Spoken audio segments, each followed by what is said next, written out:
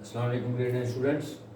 आज हमारा lecture chapter number 12 right bisectors and angle bisectors यानी थ्योरम्स। पहला जो मेरा एक लेक्चर्स में थ्योरम में आया था थ्योरम नंबर 12.1.1 यानी फर्स्ट थ्योरम को किया था। आज हम थ्योरम नंबर 3 करने जा रहे हैं। सेकंड थ्योरम जो है वो इसके बाद में करेंगे। बेसिकली क्या है कि there are 6 theorems in this chapter और हर चैप्टर के अंदर जो थ्योरम जिस सीक्वेंस में पढ़ा रहा हूँ आपने उसी सीक्वेंस उनको याद करना है, क्योंकि वरना बहुत सारी स्टेटमेंट्स और फिगर्स मिलती जुलती हैं जिससे कन्फ्यूजन क्रिएट होती है। इसलिए जो सीक्वेंस मैं आपको बता रहा हूँ, मैंने पहला थ्योरम बनाया था, आज मैं थ्योरम नंबर 3 करा रहा हूँ, फिर थ्योरम नंबर 4 कराऊंगा, फिर उसके बाद 2, 5 एंड 6 एंड सो ऑन। यानी जिस सीक्वेंस में आपको करा रहा हूँ, जब आपने पेपर में थ्योरम्स की तैयारी करनी है तो आपने भी उसी सीक्वेंस से उनको याद करना है ताकि आपके अंदर कन्फ्यूजन क्रिएट ना हो। तो आज हम थ्योरम नंबर 3 करने जा रहे हैं। इसकी सबसे पहले स्टेटमेंट लिखेंगे, prove that the right bisector of sides of a triangle are congruent. यानी इसमें हमने ये प्रूव करना है कि किसी भी किसी भी ट्राइंगल की तीनों साइड्स के जो राइट बाइसेक्टर्स हैं वो कॉन्ग्रुएंट हैं। कॉन्ग्रुएंट का मतलब होता है तीनों एक ही पॉइंट पे इंटरसेक्ट करेंगे, यानी या इन अदर वर्ड हम कह सकते हैं कि तीनों जो है वो एक ही पॉइंट से पास करेंगे। इसलिए क्योंकि इसको डायग्राम को मैंने ओपन रखा ताकि आपको पता लगे कि डायग्राम बनाने का तरीका भी आपको पता लगे। सबसे पहले क्या करेंगे, मैंने आपको थ्योरम नंबर 1 बताया था कि जब भी कभी आपने कोई भी थ्योरम करना है सबसे पहले उसकी स्टेटमेंट लिखनी है, फिर उसकी डायग्राम बनानी है, उसके बाद गिवन टू प्रूव और कंस्ट्रक्शन के 3 स्टेप्स करने हैं और उसके बाद प्रूफ में स्टेटमेंट और रीजंस देनी है। हर थ्योरम में ये सारा स्टेप्स का जो प्रोसीजर है एज इट इज चलेगा। जैसा सबसे पहले स्टेटमेंट लिखें, अब उसकी डायग्राम बनाएं। अब डायग्राम बनाने का तरीका आपको बता रहा हूँ कि सबसे पहले आपने एक स्केलियन ट्राइंगल बनानी, जैसे मैंने बनाई। ये एक लाइन थोड़ी सी ऐसे स्लांटिंग, फिर ये सीधी और फिर दोनों को मिला के ट्राइंगल ABC बन गई। अब यहाँ से आपने क्या करना है, ये जो सेंटर है यहाँ पे सेंटर से मैंने पॉइंट O लिख दिया। अब आपने भी क्या करना है, या तो ये जो BC है इसके सेंटर यानी इसके हाफ के दरमियान में एक वैल्यू ले लें, इसी तरह A या B का इसको मेजर करके इसके दरमियान में या इसके सेंटर में ये पॉइंट आना चाहिए। अब यहाँ से आपने इस पर ड्रॉ करना है डॉटेड लाइन से परपेंडिकुलर।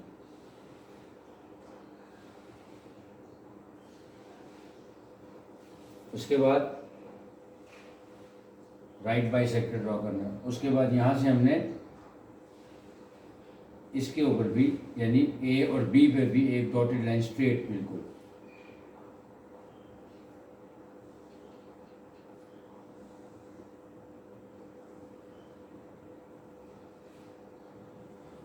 अब यहाँ से आपने क्या करना है कि जब ये ड्रॉ कर देंगे हम राइट बाइसेक्टर्स, उसके बाद अब यहाँ से O को मैं A के साथ भी ज्वाइन कर दूंगा, B के साथ भी और C के साथ।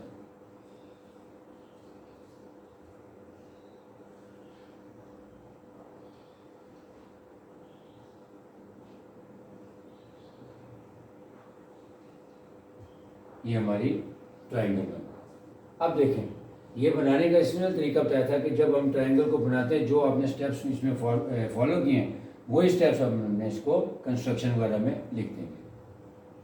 सबसे पहले है गिवन ट्राइंगल ABC। देखिए ट्राइंगल ABC मेरे पास ओपन थी, गिवन में लिखी। यानी गिवन का मतलब भी क्या है, पहले बताया था कि जो ड्रॉन लाइन है वो गिवन होती है और जो डॉटेड लाइन है वो कंस्ट्रक्शन में यूज होती है। To prove that the right bisectors of AB, BC and CA are congruent.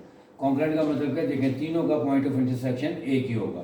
तो ये देखें मैंने राइट बाइसेक्टर ड्रॉ किया, पहले AB का जिसका नाम है ये OA, फिर यहाँ से B और C का राइट बाइसेक्टर ड्रॉ किया, यानी ये इसको राइट बाइसेक्टर का मतलब है जो उसको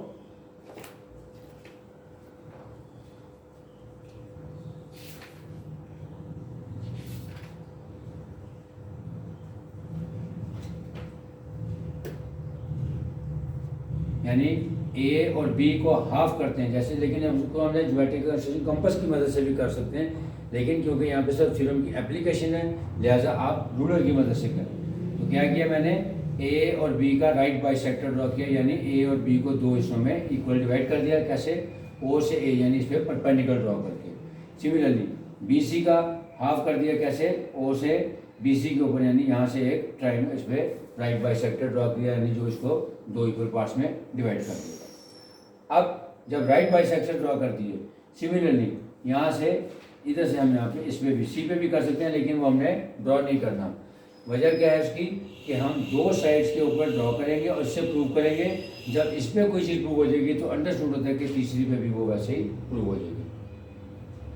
सो the right bisectors of A B B C and C A are concurrent, ये हमें प्रूव करना है कि right bisector of A B B C and C A are concurrent. Concurrent का मतलब है तीनों का पॉइंट ऑफ इंटरसेक्शन एक ही होगा, दैट इज ओ। यानी इसका राइट बाइसेक्टर ये है, इसका राइट बाइसेक्टर ये है और इसका राइट बाइसेक्टर यहाँ बनना था, वो हमने बनाया नहीं है, वो हम प्रूव में लिखेंगे कि यस ये भी ऐसे ही होगा। अब आते हैं कंस्ट्रक्शन में। अब कंस्ट्रक्शन में क्या किया है, draw the right bisectors of A B and B C. ये देखें, पहले मैंने ए बी का और फिर बी सी का राइट बाइसेक्टर्स ड्रॉ किए, which meet each other at point O. जो कि जब मैंने दो राइट बाइसेक्टर ड्रॉ किए ए बी पे, यहाँ से ओ से लेके यानी ए बी पे और फिर इसी तरह बी सी पे ओ, यहाँ पे बेशक हम नाम भी रख सकते हैं, वो नाम रख लें, ओ ई रख लें, ओ एफ रख लें, लेकिन क्योंकि बुक में नाम नहीं यूज़ किए हुए तो नॉर्मली क्या होता है कि थ्योरम में हमने वैसे लिखना होता है, जो अल्फ़ाबेट से जो सिंबल्स यूज़ किए वही सिंबल्स यूज़ करने चाहिए। तो draw the right bisectors of A B and B C, यानी ए बी का ये राइट बाइसेक्टर हो गया, बी सी का ये राइट बाइसेक्टर हो गया, which meet each other point O, जो कि पॉइंट ओ पे दोनों एक दूसरे के साथ इंटरसेक्ट करके। Join O to A B and C. अब पॉइंट ओ को ए के साथ डॉटेड में, बी के साथ डॉटेड में और सी के साथ डॉटेड लाइन के साथ ज्वाइन कर दें। यानी हमारे फर्स्ट पोर्शन का कंप्लीट हो गया।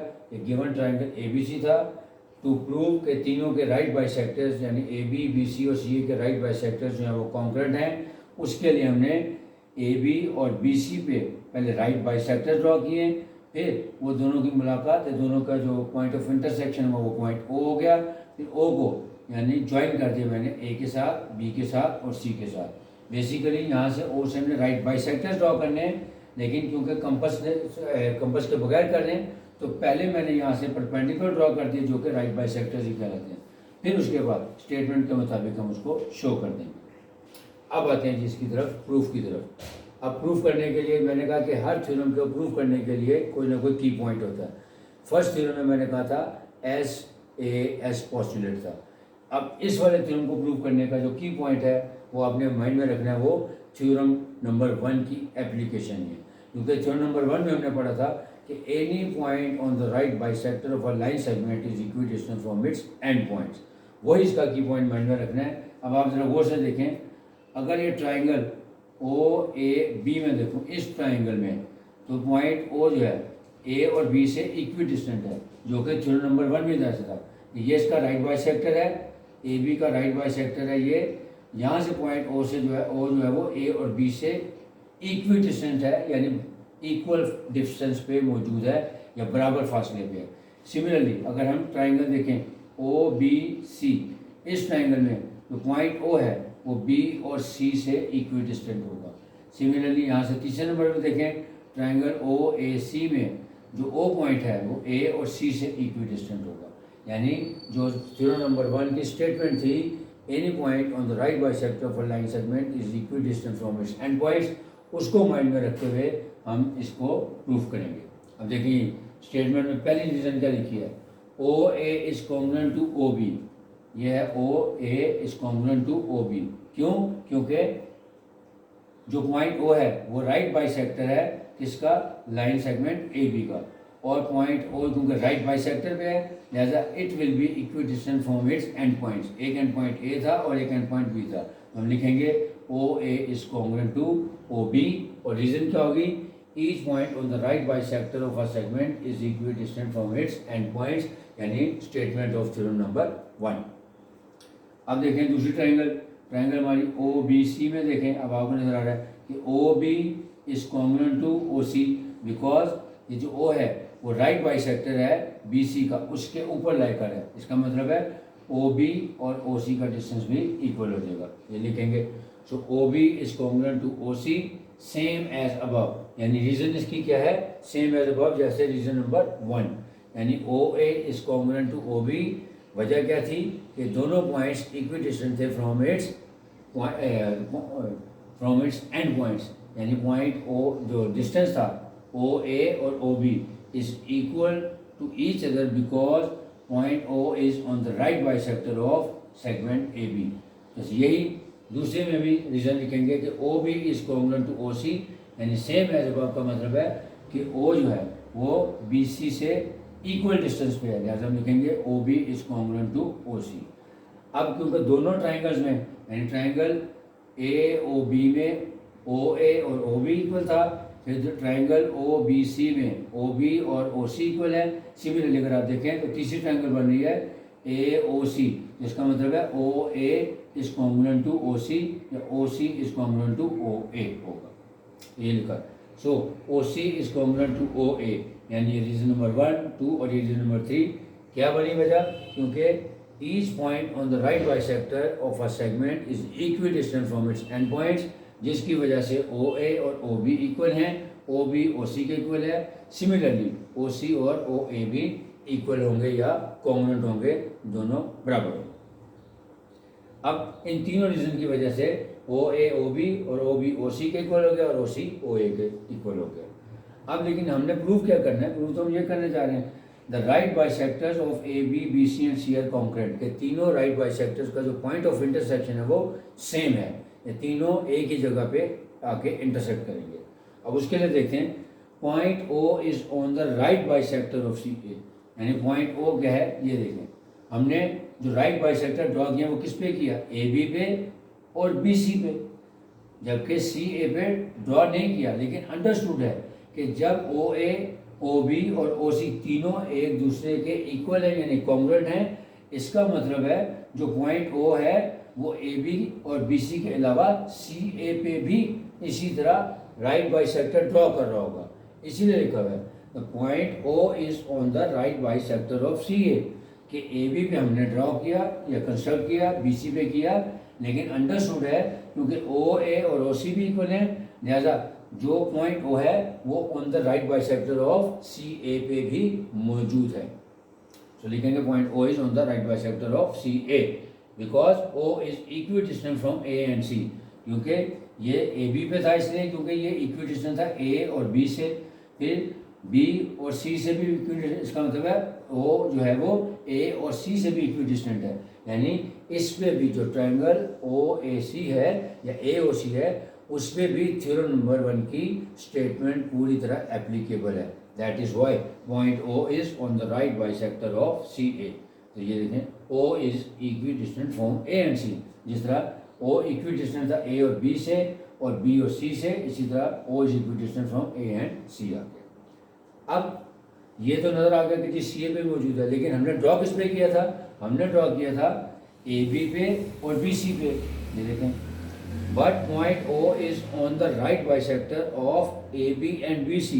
ये जो हमने कंस्ट्रक्शन की है, हमने राइट बाइसेक्टर ड्रॉ किए थे AB पे और BC पे, जबकि जो पॉइंट O है वो on the right bisector of CA पे भी आ गया। इसका मतलब है जो पॉइंट O है वो right bisector of AB BC और CA तीनों के ऊपर है। इसका मतलब point O is on the right bisectors of triangle यानी AB BC एंड CA। यही हम चीज़ प्रूव करने जा रहे थे कि जो पॉइंट ऑफ कॉन्करेंसी है या जो right bisectors of AB BC and CA are congruent, का मतलब ये है कि इन तीनों राइट बाइसेक्टर्स का जो पॉइंट ऑफ इंटरसेक्शन होगा वो सेम होगा, जिसको हम कहते हैं पॉइंट ऑफ कॉन्करेंसी, यानी the point O is on the right bisector of AB BC, hence the right bisectors of the three sides of the triangle are congruent at point O। क्योंकि point O जो है वो A और B से equidistant है, similarly A और B और C से भी इक्विडिस्टेंट है, और ये भी हमने प्रूव कर दिया the point is O is also equidistant from A and C। It means OA is congruent to OB, OB is congruent to BC, sorry OA is congruent to OB, OB is congruent to OC and OC is congruent to OA। जब तीनों sides congruent हो गई, point O जो है वो तीनों का common point of intersection हो गया, यानी तीनों का पॉइंट ऑफ कॉन्करेंसी सेम हो गया। तो हम कह सकते हैं the right bisectors of the three sides of the triangle are concurrent at point O। ये पॉइंट O पर इसके तीनों राइट बाइसेक्टर्स मीट कर रहे हैं, और यही चीज़ हमने प्रूव करनी थी। रिवाइज करवा देता हूँ। प्रूव करना है that the right bisectors of the sides of a triangle are concurrent, कि किसी भी ट्राइंगल के ऊपर 3 राइट बाइसेक्टर्स यानी ए बी, बी सी और सी ए, इसके राइट बाइसेक्टर्स होंगे, उनका पॉइंट ऑफ कॉन्करेंसी एक ही होगा, यानी तीनों के तीनों राइट बाइसेक्टर्स जो हैं एक ही पॉइंट पे आके इंटरसेक्ट करेंगे या मीट करेंगे। तो गिवन में लिखेंगे triangle A B C given था हमारा। प्रूव में क्या करना था, the right bisectors A B, B C and C A, यानी राइट बाइसेक्टर्स हैं ए बी का, बी सी का और C, the right bisectors of triangle,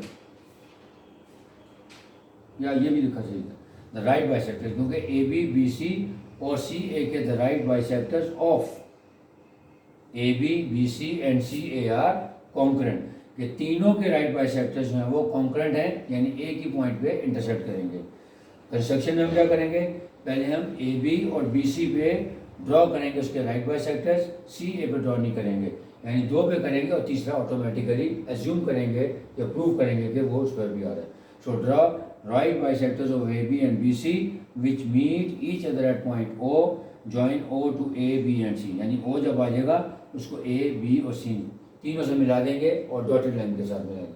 अब जब हमने प्रूव करना है तो जस्टिफिकेशन या की पॉइंट क्या है, सबसे पहले आपने देखना है ये 3 ट्राइंगल्स बन रही हैं, ए ओ बी, फिर बी ओ सी और फिर ए ओ सी। इन तीनों ट्राइंगल्स में थ्योरम नंबर 1 की एप्लीकेशन लग रही है, यानी each point on the right bisector of a line segment is equidistant from its end points. Point O जो है वो इक्विडिस्टेंट है from A and B, similarly B and C और ए और सी से। लिहाजा ये लिखेंगे O A is congruent to O B B is congruent to O C and O C is congruent to O A, और तीनों की reason एक ही है कि तीनों में पॉइंट ओ जो है वो इक्विडिस्टेंट है from their end points. But point O is on the right bisector of C A, हमने ड्रॉ किया था ए बी और बी सी पे, लेकिन ये पॉइंट्स सी ए के राइट बाइसेक्टर पे भी आ गया। इसी तरह लिखेंगे कि the point O is also on the right bisector of A B, B C and C, क्योंकि तीनों के राइट बाइसेक्टर पे आ गया। इसका मतलब है तीनों जो है वो एक ही पॉइंट से जनरेट हुए हैं, या तीनों का पॉइंट ऑफ कॉन्करेंसी जो है वो सेम है। Hence the right bisectors of the 3 sides of a triangle are congruent at point O. उम्मीद आपको समझ आ गया होगा इंशाल्लाह। अब जो नेक्स्ट थ्योरम होगा वो थ्योरम नंबर 4 से आपको करवाऊंगा, फिर उसके बाद इनके कन्वर्स या इनसे मिलते जुलते जो स्टेटमेंट्स वाले थ्योरम्स हैं, जैसे थ्योरम नंबर 2 है, 5 है और 6 है, वो इंशाल्लाह फिर बाद में करेंगे। उम्मीद है आपको समझ आ गया होगा। अब जब तक इंशाल्लाह नया थ्योरम नहीं आ जाता तब तक के लिए अल्लाह।